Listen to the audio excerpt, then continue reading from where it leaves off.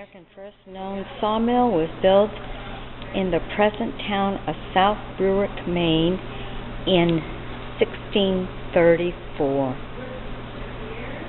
Wow, look at that.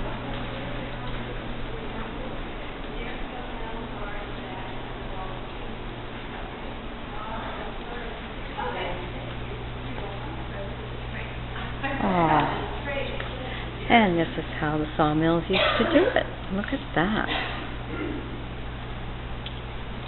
Wow.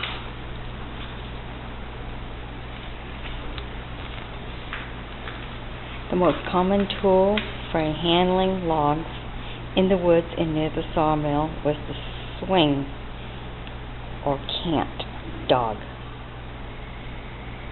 a pole with an iron hook attached near the lower end. How do you like that? Look at that blade, the size of the blade. Look at this.